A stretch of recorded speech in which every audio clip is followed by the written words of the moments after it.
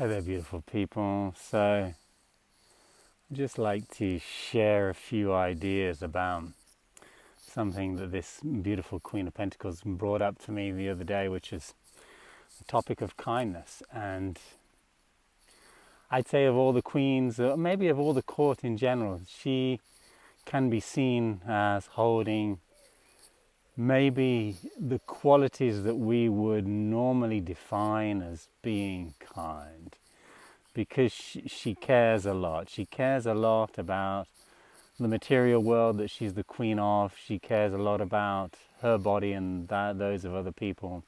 She looks after the spaces that she governs, and the vibration around her is this vibe of mother hen, nurturing, looking after, guiding, keeping safe, feeding well, and all the above.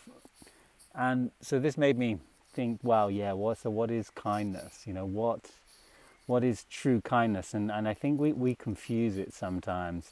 And we can see some of the confusion of what kindness is in our lives being reflected in the reverse queen sometimes, and yet the more beautiful positive qualities of kindness being in when she's upright. And when she's reversed, yes, it's going to reflect in twisted versions of kindness. So kindness is normally seen as generosity and giving and looking after the world around us, right? Which is fantastic. But when generosity and giving is done because of some quite unconscious, maybe codependent patterns that we might have, we become people pleasing, and we become, and our identity or our self-worth is dependent upon how well we please the environment around us. And so when that's the case, it's not real kindness, because we are sacrificing ourselves to help other people or to look after somebody else, which is quite often seen as a positive quality. But when that sacrifice, and a little bit of it, I suppose, is a useful and positive thing. But when that sacrifice negates looking after our body, we're not actually being kind, neither to the person that we look like we're being kind to, and of course, especially to ourselves. The reason being is because we're not setting an example of kindness. We're showing somebody how to maybe abuse our own body, or abuse our own time, abuse our own space, abuse our own needs in order to satisfy somebody else's. Now, this has a very short-term gain. We'll get a lot of pats on the back and thank yous and wow, you're great. But in the bigger picture, we are teaching ourselves to put ourselves second and to not look after ourselves. And so that's the example that we're sharing. And so we're sharing an example of, hey, this is what's a good thing to do, not look after yourself, which is never going to be a great thing to do. And kindness towards ourselves is sometimes something that's overlooked in order to be kind to the world around us. And it's a big topic coming up in the world today, because lots of people are running around saying, well, that's just not nice, that's just not kind. We're going to make a rule, we're going to make some laws around making you be more kind to other people. Whereas a lot of this type of obligated kindness is not kindness at all. And kindness, at the same time, it's something that we will naturally fall into. If we're in balance, if we feel good about ourselves, if we're not being triggered by our own fears and our own emotional reactions of life that are bringing up our inner conflicts and our self-doubts, then we'll naturally fall into being kind. It's our natural state is to look after the world around us. And when we are feeling abundant like she is, when we are feeling rich and wealthy like she is, then we'll naturally feel this desire to want to look after the world around us, to want to be generous and kind towards other people. And it's not something that we can force upon ourselves. It's not something we can bully ourselves into being.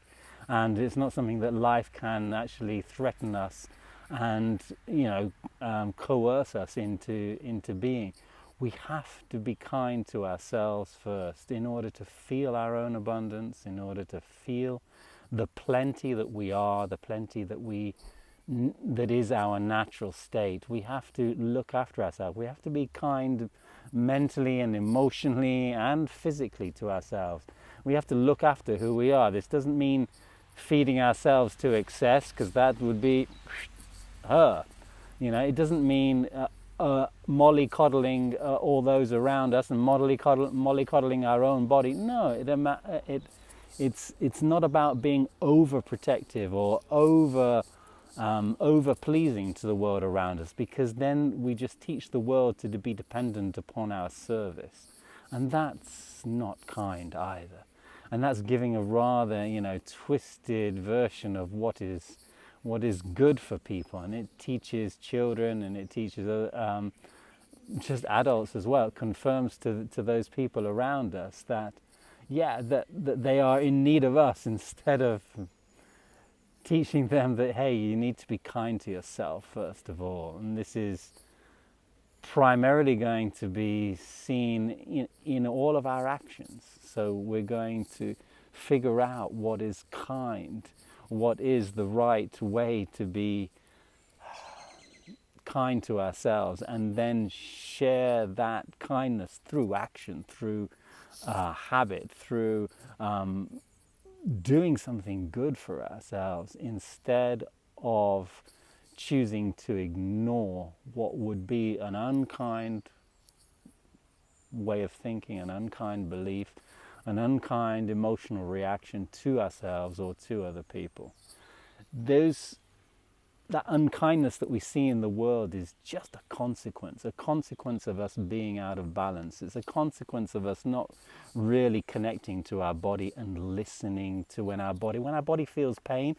We don't have to cover it up with drugs and mask it with something else. It's not about that. It's about listening to what the message is saying. It's about hearing our bodies talking to us and figuring out what it is we can do, what actions we can make that are more aligned with what's kind. Very simply this, because we're probably not aligned to a sincere level of kindness if our body is shouting out in pain in some way, shape or form, which it always does. And less listening is not the answer. More listening, more paying attention, more actually caring for our body as if it was a child, as if it was our own child, is definitely the message here. Anyway, here's a little bit about the Queen and kindness, and I hope you have a wonderfully kind day. Much love to you all.